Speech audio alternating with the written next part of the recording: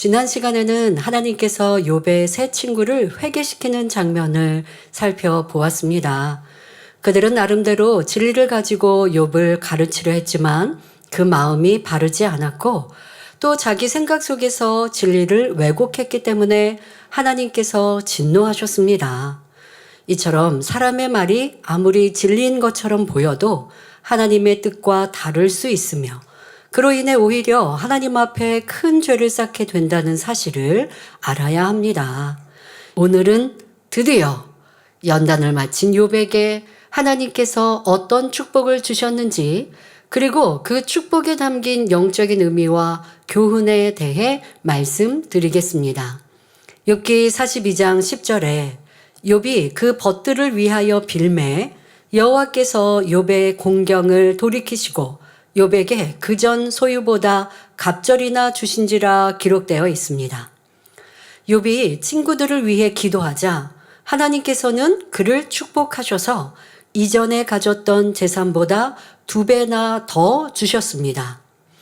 하나님의 사랑과 공의를 깨달은 욥이 친구들을 미워하거나 복수하려 하지 않고 오히려 용서하며 기도해 주니 비로소 하나님께서 욥을 축복해 주셨던 것입니다.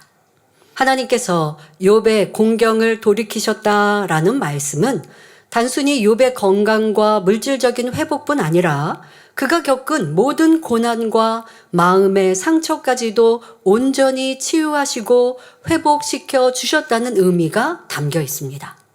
욥이 이전 소유보다 갑절의 축복을 받았다는 것은 참으로 엄청난 축복입니다. 욥은 연단을 받기 전에도 동방에서 가장 큰 부자였는데 그 위에 갑절의 축복을 받았으니 이는 실로 상상을 초월하는 것이었지요. 이처럼 연단은 곧 축복입니다. 성경을 보면 믿음의 선진들이 연단 중에도 하나님을 향하여 그 마음을 변치 않고 하나님을 기쁘게 했을 때 하나님께서는 반드시 놀라운 축복으로 갚아주셨습니다. 요셉은 야곱이 사랑한 라헬의 아들로 아버지로부터 많은 사랑을 받았습니다. 이로 인해 형들의 시기를 받게 되었지요. 게다가 요셉은 하나님께서 주신 꿈을 2번이나 꾸었고 그때마다 그 꿈을 형들에게 자랑하듯 얘기했습니다. 장차 요셉이 매우 큰 인물이 되어 부모님과 형제들까지 그 앞에 머리를 숙이게 될 것을 예시하는 꿈이었지요. 요셉은 이 꿈을 하나님께서 주셨다고 믿었기 때문에 형들에게 전했지만 형들은 그로 인해 요셉을 더욱 미워하게 되었고 시기와 분노가 점점 쌓여갔습니다. 결국 형들은 요셉을 미디안 상인들에게 은 20개에 팔아버립니다. 요셉은 애굽으로 팔려가 시위대장 보디발의 집에서 노예가 되었습니다. 그러나 요셉은 그곳에서도 절망하지 않았고 자기에게 꿈을 주신 하나님을 굳게 믿었습니다. 뿐만 아니라 맡겨진 일에 최선을 다하며 성실하게 감당해 나가니 주인 보디발은 요셉을 가정의 총무로 삼았으며 결국 요셉으로 인해 그 집이 복을 받게 되었지요. 육적으로 보면 불통한 것 같았지만 영적으로 보면 그것이 가장 형통한 길이었던 것입니다. 하지만 이후 요셉은 또 다른 시련을 만나게 됩니다. 주인의 아내로부터 유혹을 받았고 이를 거절함으로 오히려 누명을 쓰고 왕의 죄수들이 갇히는 무서운 감옥에 갇히고 맙니다. 그러나 요셉은 하나님을 원망하거나 죄를 짓지 않았습니다. 오히려 주신 꿈을 굳건히 믿고 감사를 잃지 않았지요. 감옥에서도 요셉은 빛을 발하며 모범적인 삶을 살았고 그 성실함은 전옥의 신뢰를 얻게 했습니다.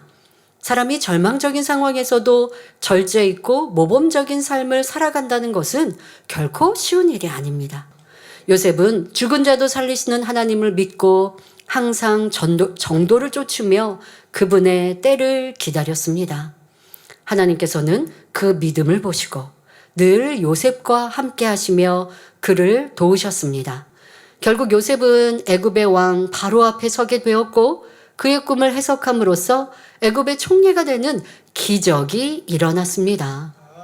이는 인간의 생각으로는 도저히 상상할 수 없는 일이었습니다. 하지만 하나님께서는 죄수였던 요셉을 왕 앞으로 부르셨고 결국 그를 통해 기근 속에서 형제들과 부모 많은 생명을 구원하셨습니다. 마침내 요셉이 꾼 꿈이 현실이 된 것입니다. 이 모든 과정은 하나님의 철저한 계획과 섭리 가운데 이루어진 일이었습니다.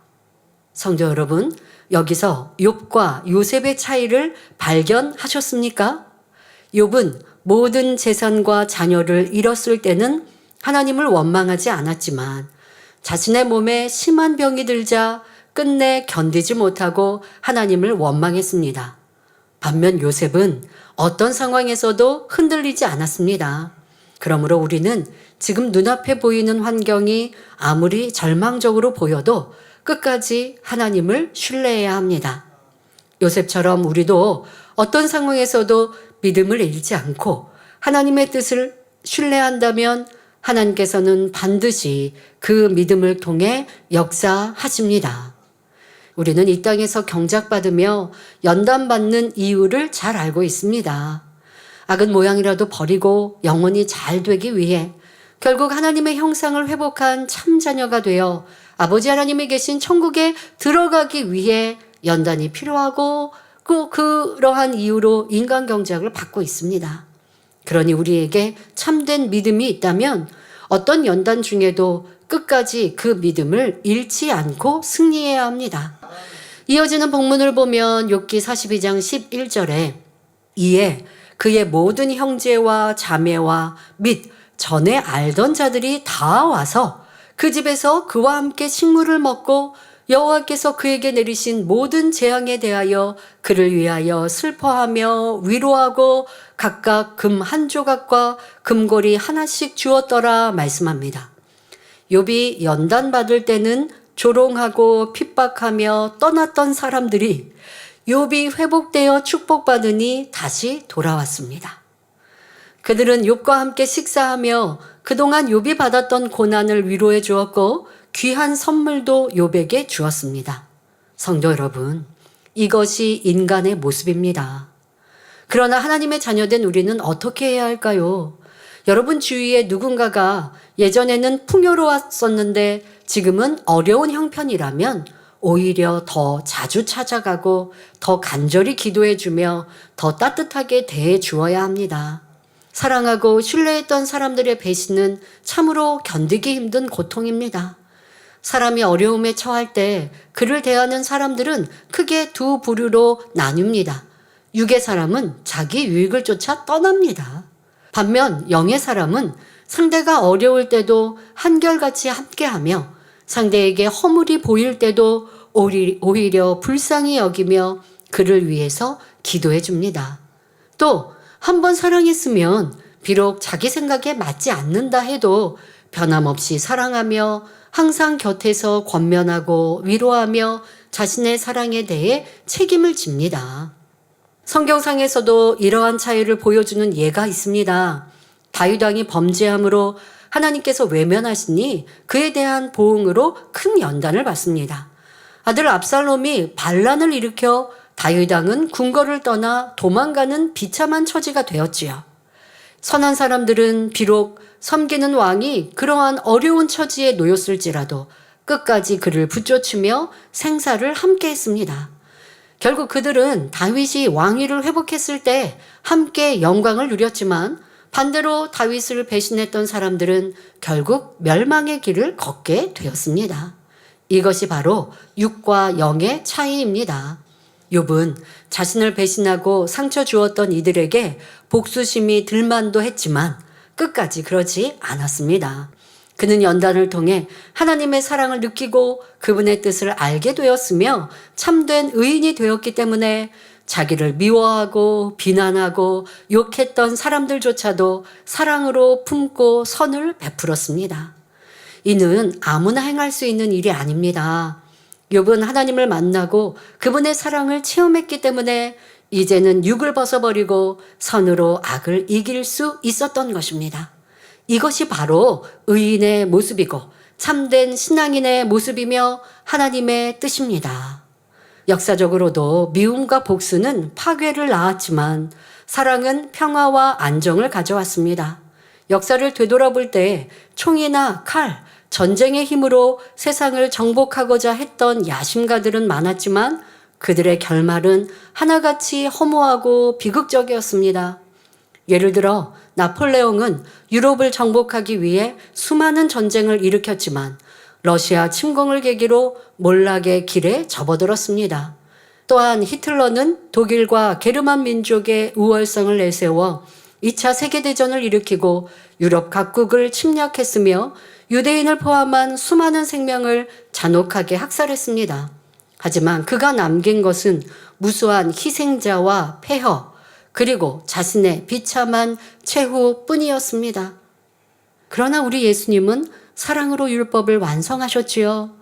주님의 길을 뒤따르는 우리에게도 사랑과 용서와 덕이 필요합니다. 그러므로 우리는 예수 그리스도의 마음으로 모든 이들을 품어줄 수 있는 관용과 아량의 능력을 키워나가야 하겠습니다. 이어지는 본문을 보면 욥이 연단 후에 얼마나 큰 축복을 받았는지 구체적으로 설명되어 있습니다. 욥기 42장 12절에 여호와께서 욥의 모년에 복을 주사 처음 복보다 더하게 하시니 그가 양 1만 4천과 약대 6천과 소 1천 결이와 암나귀 1천을 두었고 했지요.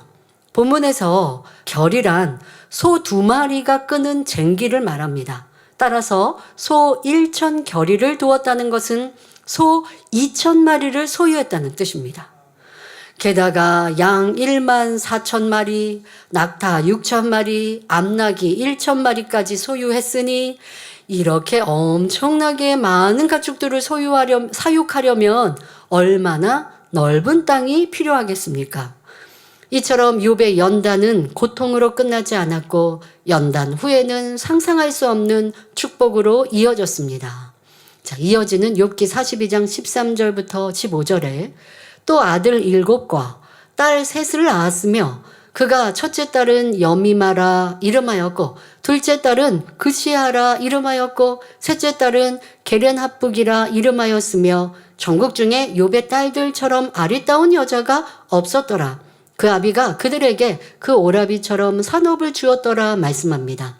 당시에는 자녀를 많이 두는 것 또한 복 중에 하나였습니다. 욥은 연단 중에 모든 자녀를 잃는 슬픔을 겪었지만 하나님께서는 다시 그에게 아들 7과 전국에서 가장 예쁜 딸 3명을 낳게 해주셨습니다. 이전에 자녀를 잃었던 슬픔을 넉넉히 위로하고도 남을 만하지요. 우리 하나님께서 주시는 위로와 축복은 이처럼 크고도 놀랍습니다. 욥은 딸들이 아름답고 사랑스러웠기에 아들처럼 대우하여 유산을 분배해 주었습니다.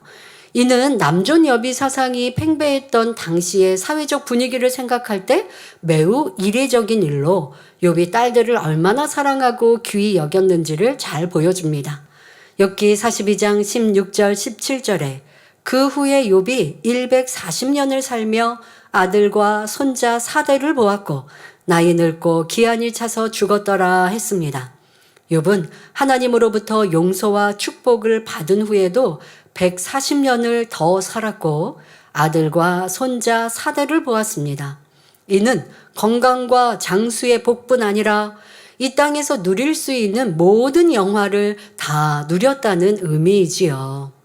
욥기의 말씀은 단순히 한 사람의 고난에 관한 지어낸 이야기나 고대 전설이 아닙니다. 하나님께서 욥의 딸들 이름을 하나하나 기록하시고 욥이 소유했던 가축의 수와 욥의 수명까지 상세히 기록하신 이유는 그 모든 말씀이 실제 있었던 사건이기 때문입니다. 또한 현대를 살아가는 우리도 반드시 깨우치고 이루어야 할 말씀이기 때문에 욥기에 이렇게 긴 말씀으로 기록해 놓으신 것입니다.